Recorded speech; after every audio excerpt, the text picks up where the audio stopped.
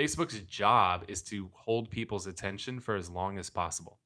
So you're not forcing somebody to go to something with it's the sole purpose of that system is to distract people and take their attention away from whatever it was that they were doing. Just think about that logically if that's smart or not, right? Like that's a horrible idea. The last thing you want to do is pull people's attention away from business. But that's what Facebook does. So don't do a Facebook group because you're encouraging people to go to something that takes their attention away.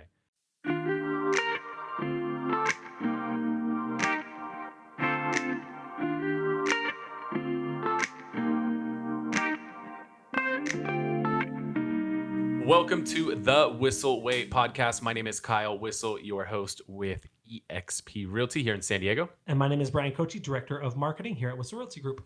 The goal of the show is to give you the tools, techniques, and tactics you need to go out there and crush it in your business. The way that we like to do that is to answer the questions that you have for us. Rather than guessing at what you want to hear about, we just listen to you and what you want to hear about. So if you have something you want to hear about, go to thewhisselway.com, thewhisselway.com. You can ask us questions on there, subscribe to the podcast and YouTube channel, join our Facebook private group, our referral network, and our email newsletter where we share a lot of tips and tricks, and get dialed in with our video content creation course called the Media Mayor Mastermind. It's currently half off, so you can go to thewhisselway.com and get dialed in with that and learn everything Bryan and I have learned over the last 7+ years of creating thousands of video together to help shortcut your learning curve when it comes to creating video in your markets. If you enjoy the show today, if you are watching on YouTube, make sure to hit the thumbs up button. Let YouTube know you're enjoying the show. Throw a comment down in the comments section if you have some questions. And if you want to get notified every time we drop a new episode of the show, you can go hit the subscribe button and the notification bell. And if you're listening on a podcast platform, if you could hook us up with a review on there, it would mean a lot to us. Those reviews, one review makes a huge difference in podcast land. So It's tough they're to get very, very hard to get. Yeah. So we would appreciate you taking the hard action to write a review on whatever platform it is you're listening to us on. All right, Bryan, what do we got today? So today we have a question directly from thewhisselway.com. Melissa went to the website, filled out this question, and it was a fantastic question. And I don't know the answer you're going to give, Kyle, so I'm really excited. Nobody knows. This is from Melissa McKinsey. Her question is, what is the most valuable tool for a newly formed real estate team to implement? What is the most valuable tool for a newly formed real estate team to implement? Okay. I'm assuming this is somebody looking for like a sexy magic button, like I just hit this and everything just automatically works. That would be great. Why don't we do that? So great, yeah. What's that one tool? But I don't want to be like the coaches that do that and tell you that there's a magic button and this is what revolutionizes your business. As I turn my mug around. Some of you will pick up on that. It's all good. So the key when starting a team to being successful is setting proper expectations up front to your established standards. That's the magic of running a successful team. What tool is that? That's called running a business tool. Yeah. So I think that is the most important thing when you're starting up a team is one, you've got to establish what are your standards.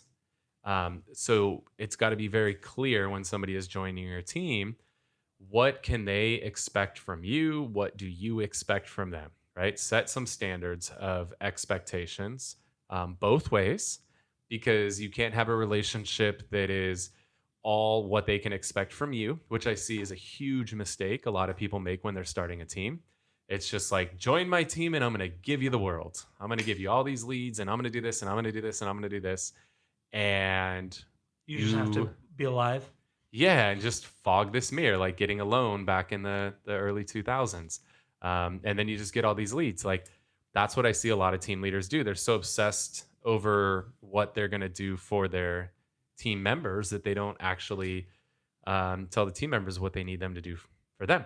So I think it's a huge mistake. So you've got to make it clear, hey, that's awesome. Stack the cool, build your value proposition, know it inside and out, be able to clearly articulate that value proposition to somebody joining your team. But you also got to have a set of standards in place. And I think that's where most people screw up, is letting somebody know, like on our team, we run quartiles. So we make it very clear based on your quartiles, which our quartiles are established based on your production. Depending on how many transactions you had in the last 90 days, you're either going to be in bronze, silver, gold, or platinum. Then, based on the quartile that you're in, we have different sets of expectations. If you're in bronze, meaning you haven't been closing at least one transaction a month, now be clear, that's like 800,000 a month in our market.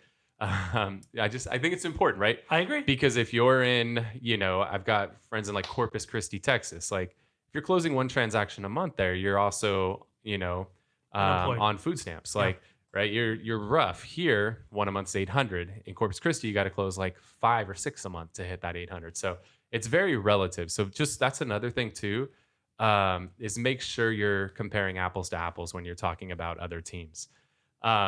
So set those expectations. For us, it's the how many closings per month, and now the expectations vary. So we have things like role plays on the phone, we have role plays in person, we have open houses, we have office meetings, we have segments within our Follow Up Boss CRM. We have a variety of things that we expect out of the agents. Now the expectations lighten up as people move through the quartiles. So if you are in bronze, you're expected to be on pretty much everything. A little bit of slack, but not a whole lot. Like pretty much need to be role playing every day. You need to be on the huddles every day, right? You need to do things every day. Where my people who are in platinum, who are typically closing, 2 million a month roughly, I don't need to be on top of them as much. I don't need you role playing every day. I don't need you at every meeting. Like I don't need you at everything because clearly you know what the hell you're doing. And they're busy. Yeah, and you're busy. Clients. So I don't want to get in the way of you going out and producing. Still need you to come in and at least keep your sword sharp and role play once a week, do an open house once a month. Like, I still need you to do a little bit, but I don't need you to do the same as the brand new agent who just got their license. So we adjust our expectations based on the production of the agent. And then at the same time, we also establish what they can expect from us. So now we lay out what lead sources are you going to get? What price points of leads are you going to get? What appointments are you going to get? What different channel partner accounts do you get turned on to? Things like that. And same thing there is as you work your way up to platinum, you get the better lead sources. You get the higher price points. Where when you're in bronze, you still have to prove yourself to a certain extent to work your way up the ladder. And our system is designed where once you work your way up to gold and platinum, it's pretty hard to fall back. Right? Like, because now you're getting the best quality leads, the highest price points. Like, it's a lot easier to stay in those quartiles, which we want everybody in gold and platinum. In a perfect world, I want the whole company in gold and platinum. So that's how we've established ours. If you guys want copies of what we do, shoot me a DM on Instagram at Kyle Whissel. I'm happy to share those with you. That's pretty solid. I didn't know if you were going to do that. I was going to ask. It's going to be a lot of DMs, but it's cool. That's a pretty heavy ask. That's a lot of work that went into that. That's a big one. That's going to be a lot of DMs. It's cool. It's going to start some conversations. We'll see where those conversations go. So I think that those expectations, setting that up front, having some established standards, and then actually, tracking and measuring these things, right? Because now that we brought somebody on, that's a huge challenge. I mean, now we're up to like 60 agents, tracking all that for 60 people. That's a job. Like on that's a weekly full basis. Job. Yeah. Yep. But we got to realize, like, I mean, shit, one lead source alone, we're spending over $30,000 a month on a single lead source. Yep. So you can't go spend $30,000+ a month on a lead source, right? That's over $300,000 a year, probably 400. I can't spend 400 grand a year on a lead source and not make an investment in somebody to actually make sure we're maximizing that lead source. So that's a huge thing for us. So I would say that's the number one thing people screw up is they don't have established standards. They don't set proper expectations, and therefore their team goes nowhere. But you don't need a special lead source, a special CRM, a special this, a special app. Like none of that. You don't need any of that if you don't have some established standards and expectations. So now I want to talk about the special button, the easy button. And we talked about this a little bit. There is no one. That was sarcasm. But one of the things we've talked about is one thing that our team does better than most teams. I don't want to say all teams, but most teams, is we are so dialed in with our tech. Someone asked me, okay, so these 9 systems, are those all you have? I'm like, no, that's not a third of them. So what I don't want to do is I don't want to say, hey, you need to sign up especially for a newly formed team. No, you should not have the 50 systems that we have. It doesn't make sense. But I kind of want to break it down, which in which order should you get which system? So I know we've talked about in podcasts previously, the first hire you should have is an assistant. If you don't have an assistant, you are the assistant, that whole thing before you go to the buyer's agent and grow out your team that way. I want to do the same thing with a team. Let's just assume it's a small team, a team leader, maybe an assistant, and maybe a couple agents. Let's say 4 people on the team. And let's assume they have nothing. They have no website, they have no CRM, they have no email, like from the ground up. And we don't need to go all the way down. But what do they start with? And let's do like the first 5 or 6 or 7 systems that they need. Okay. Number 1 is going to be Google. I believe it's now called Workspace. They change the name all the time. It used to be G Suite. Now I believe it's called Google Workspace. But I think that's a non-negotiable. If you're going to run a business, you've got to have business URLs. You cannot run a business with killerkitty69@gmail.com. Like that shit's not going to fly anymore. My email? I literally got an email. I guess I probably won't share this because it could be considered racist. But let's just say it was something that related to the person's race in the email. And then it was at gmail.com. Like, it was just like, you got to be fucking kidding me. Like, you're a professional realtor and you have like a race identifier in your email. Like, it was just awful. It was so bad. And it wasn't racist. It was just a race identification in a non-professional way. It was tacky as hell. But Killer Kitty 69 is still appropriate. If you are on OnlyFans and that's your business, yes. Well, fuck. All right, I gotta get OnlyFans. So Google Workspace, the key thing that's going to do for you is allow you to have professional emails. It's also going to allow you to monitor, have control over the email accounts for the people that are a part of your organization. So I think that's a non-negotiable. You have to have that. There's what does it cost? It's like $5 or $10 a month. I don't even know what it costs. We had Legacy. I got like 15 years free on it, and they literally just started charging us this year. They finally cut us off, but it's cool. We had a good run, Google. We appreciate 15 years. Yes, I'm not the guy who's going to complain. You're charging me for something you've been charging everybody else for 15 years. So it's cool. All right. So that's number 1. I would say number 2 is you have to have a solid CRM, and you could either be running an all-in-one CRM. So you could run, like, our brokerage at EXP provides everybody with KV Core. That is your website on the front end, the IDX search on the front end. That's the CRM on the back end to manage your clients. It's also it's like a marketing platform on the back end as well. So it's a really good all-in-one solution. We a lot of times refer to those as platforms. And you can get that whether you're with EXP or not. Correct? Yeah. So that's a cool thing with KV Core is it's not owned by the brokerage. Like, I actually have somebody who just moved to the brokerage this past week, and they were at another brokerage previously, and they were using the broker's CRM.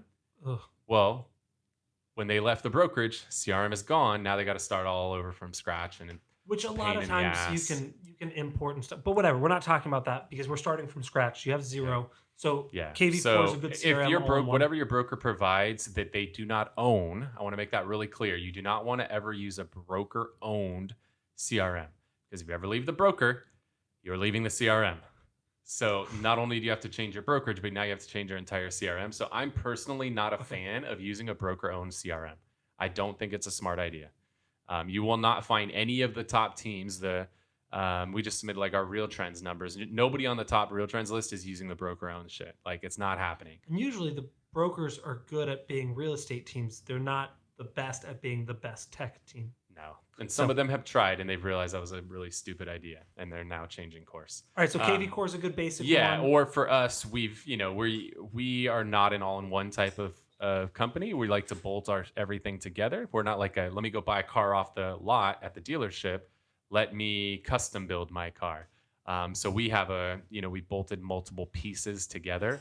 So we use Follow Up Boss as kind of the hub, and then our spokes are things like YLOPO and Call Action, all these different systems. If you're just starting out, that's probably overkill for some of you. But if it's not, happy to go deeper. We can do another episode with like our actual tech stack. Yeah. But for most of you that are tuned in right now, you just need to run with a solid all-in-one CRM. We used to use Boomtown's a good platform. Chime, KV Core, Sierra Interactive. There's a lot of good platforms out there. And a lot of brokerages will provide a platform for you. So EXPR brokerage provides KV Core. That's solid. Cool. All right. So we got good email. We've got a CRM. Yeah. And then I would say the third component, because I don't think you need a million, you need some sort of project management software. You got to have something that allows you and your team members to collaborate on projects together. So we initially used a software called Trello, Trello, and Trello worked really well. It's very simple and it's visually appealing. It's web-based, app-based. It's very easy to use. We use that for a ton of different things: transaction management, listing management, simple doing done boards. So that was what we initially used. And we used the free version, which they have a paid version, which you can do a bunch of stuff with. I haven't ever messed around with it. But I think their paid version is a little bit stronger. Yeah. Yeah. Cool. We now use a system called Monday, which it's funny. It's really funny to me. There's certain things you have to say .com after, otherwise it sounds weird. Like nobody says like, oh, I got 40 leads from Realtor last month. They always say I got 40 leads from Realtor.com. Yep. Monday is another one of those where I've just found everybody says Monday.com because it sounds weird. Like, oh, I use Monday. Like, huh? It's a weird one. So you have to like clarify .com. So Monday.com. Yeah. A lot of times with my team, I'm like, hey, did you put that on Monday? He's like, no, I did it on Friday. Isn't it Friday, dude? Yeah. So Monday.com is one of those that, you just say .com. But that is our preferred project management software. I look at Monday.com as a combination of three things. It is aesthetically pleasing like Trello. It's got all the data and function of Google Sheets. And it has the integrations and automations of Zapier.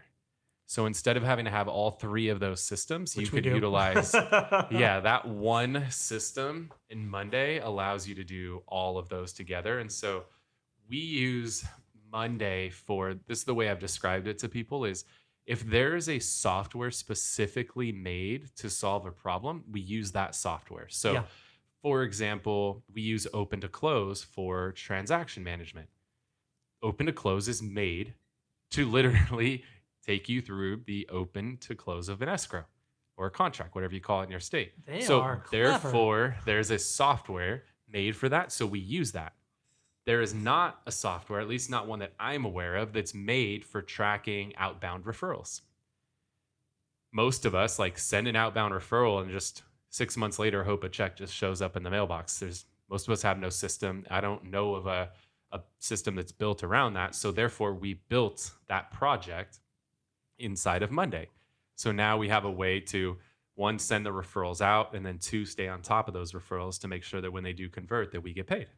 So that would be an example of how we use Monday, is to do projects like tracking outbound referrals. We use it to track appointments that are set. We use it to track events that we're planning within the company. We use it for our leadership team to work on issues. Like we use it for all things that existing systems are not built for. So those are the top three. I think there's a couple more. Where do you want to go with it? I was trying to keep it simple, I think those are the three like non-negotiables. What else do you got? The next one I have is some sort of communication platform. Okay. So with that said, you could, with Google Workspace, they do have an internal communication system that is a competitor to Slack. We did demo it and ultimately decided it wasn't for us because the thing that it lacked was the ability to thread conversations. And what that means is, think about Facebook Messenger versus Facebook.com. In Facebook Messenger, every message somebody sends, everybody gets notified that's in that thread.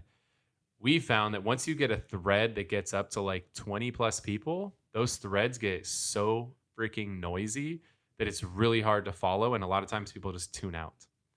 Now think about regular Facebook. If somebody puts a post up, if you comment on that post, you're going to get notified of other people's comments on that post. Or if you don't have a comment, but you want to see what people post, you could hit the menu button and tell me, notify me of replies to this post.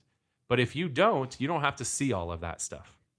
So, So if you're, that's a threaded conversation versus a non-threaded, which is what you have in Messenger. and if you've got a team of 4 or 5, probably not something you need to start right away. So that's a good point. And Google has some other cool things with their chat, but also they call Google Meetings, or basically their Zoom competitor. Yeah, so that can be an all-in-one for that. I think from a lot of people starting a team today, I think, what is it called? We literally tried demoing it. My ops man or my COO and we tried to demo it for like a few weeks. It's called Spaces. Okay. So it's called Spaces. So you can have different spaces. You could have like your operations space, your sales space, your marketing space, right? You could have spaces. But the problem that we found was there was just not a clear way to thread this stuff. So it just got so noisy. So that was why it didn't work for us.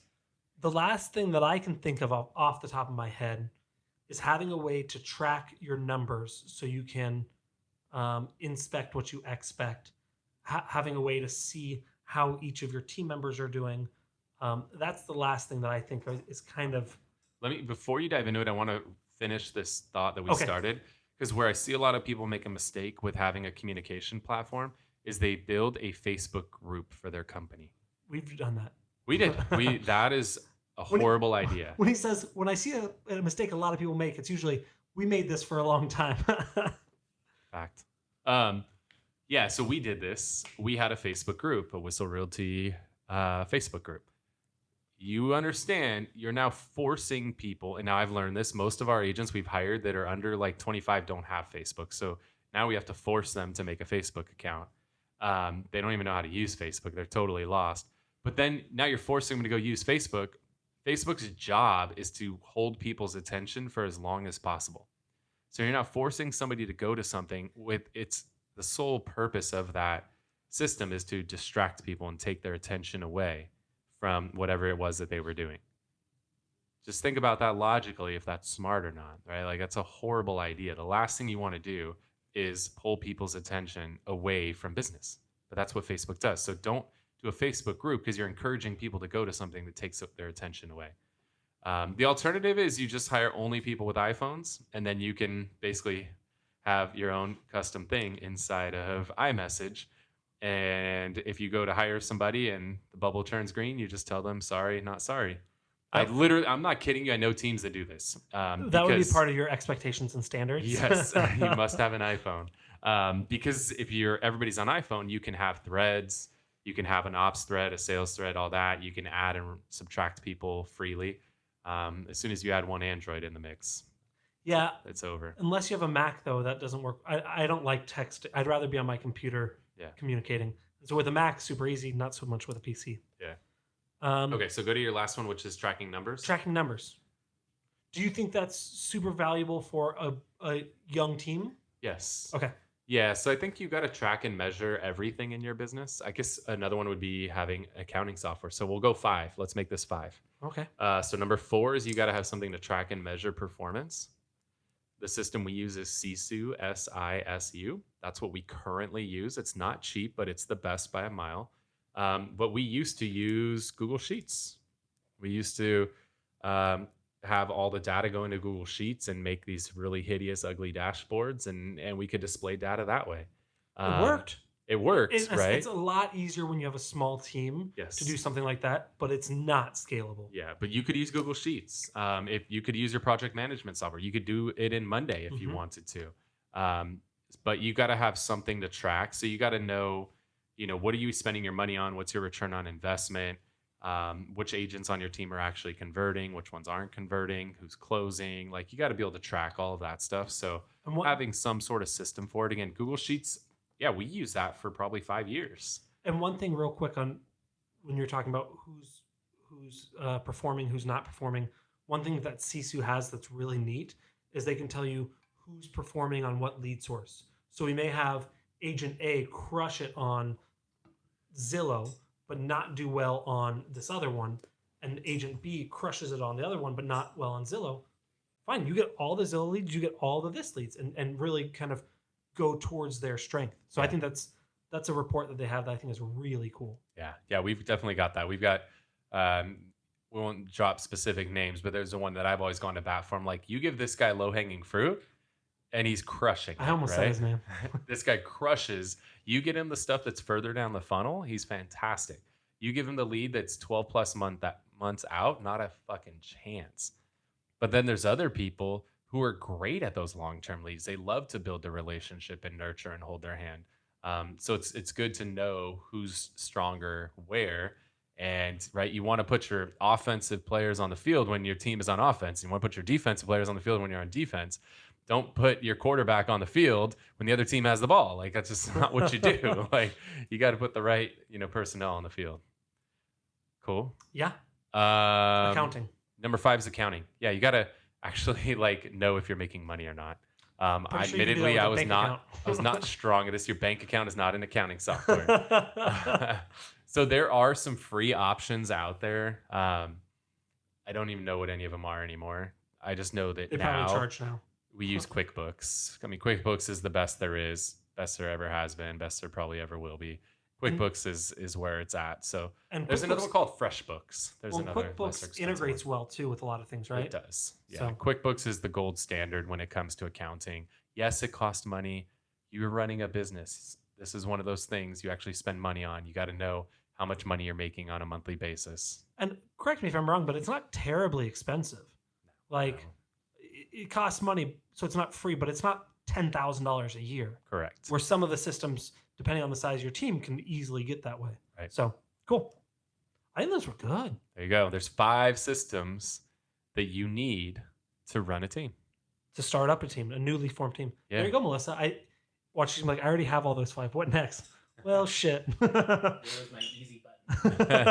Looking for the easy button. Cool. Well, hopefully you guys got some value out of that. We'll dive into our Whissel widget of the week here in a minute. But before we do, if you're enjoying the show today, if you are watching on YouTube, hit the thumbs up button.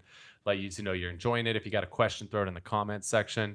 And if you want more of this, hit the subscribe button and little notification bell on YouTube. If you're listening on a podcast platform, if you could hook us up with a review on there, that means a lot to us. If you got a question you want to have us address on a future episode of the show, you go to thewhisselway.com. You can ask us questions on there, subscribe to the podcast and YouTube channel. You can join our referral network, email newsletter, and private Facebook group where we share a lot of tips and tricks. And get dialed in with a 50% off discount on our video content creation course called the Media Mayor Mastermind. All that at thewhisselway.com. And before we wrap, we like to finish with something we refer to as the Whissel widget of the week, something that saves us time, makes us more money, or just helps us have more fun. Yeah, so mine is for PC users. If you're a Mac user, I'm sure, Kyle, you have a solution for this. But I was getting tired of the snipping tool on PC. And I think they even have a newer version. I just didn't like it so much. So I was looking for a new tool that I can take screenshots of my computer and easily copy and paste it. And so the tool I found after a little bit of searching is called ScreenRec, ScreenRec. And it's pretty neat. You can draw out the area that you want to take a picture of. You can do photo or video. I haven't done any video for it yet. You probably have to pay or something if it's over a certain length. But you can do photo or video. And then you can do quick annotations, with arrows or chat bubbles or whatever. And then you can easily copy it to a link or the clipboard. And so I love copying things to the clipboard and pasting it in quickly. Pretty neat. So far, I really like it. Cool. The one I got for you guys, this is a feature that has existed on Facebook for a while that did not exist on Instagram, and it's called Favorites. So Instagram, for a while, you had your close friends. You could do the inner green circle, but there's a new thing called Favorites. So when you go into the Instagram app up in the top left, it defaults to people that you are following, but you can also, you'll now see there's an option for favorites on there. And so what's cool is if there's particular clients that you're trying to build relationships with, maybe you're trying to recruit agents to your team, you can favorite them. Maybe there's certain, influencers, vendors, channel partners, stuff like that you're trying to build relationships with. You can now save all of those people as favorites. And now you can see them and only them in your feed and get rid of all the nonsense, which can be really good because if you're trying to build relationships with people, a really good way to do that is to engage with them on social media. So I encourage you to leverage this favorites feature both on Facebook and now on Instagram as well. So I see the 3 dots you hit add to favorites. Yep. And then now when you're on your main Instagram feed, just hit the word Instagram and now you'll see following and favorites on there. Hey. And so now it just lets you see only the select few that you really want to see, because a lot of us, when we got on Instagram, we literally followed everybody and their mom and their dad and their brother and their sister. And there's like 5 million people you follow, but you don't really want to see all of them. Now you can maybe just pick the like 10 or 20 that you really want to follow and see their stuff all the time. Do you know if there's a limit to how many people? Facebook is 40. I'm going to guess Instagram's probably around the same. Cool. But Facebook, it's a max of 40 on there. Cool. All right, That's a good guys. Well, with that said, we're going to wrap the show up again. My name is Kyle Whissel with eXp Realty in San Diego. I'm Bryan Koci. Thanks for tuning into the show. We'll see you next week. Later, guys. Wait. Before you leave, I want to share some more tips and tricks that we're using in our business to take it to that next level. Just click right here. And don't forget to subscribe. Click right here.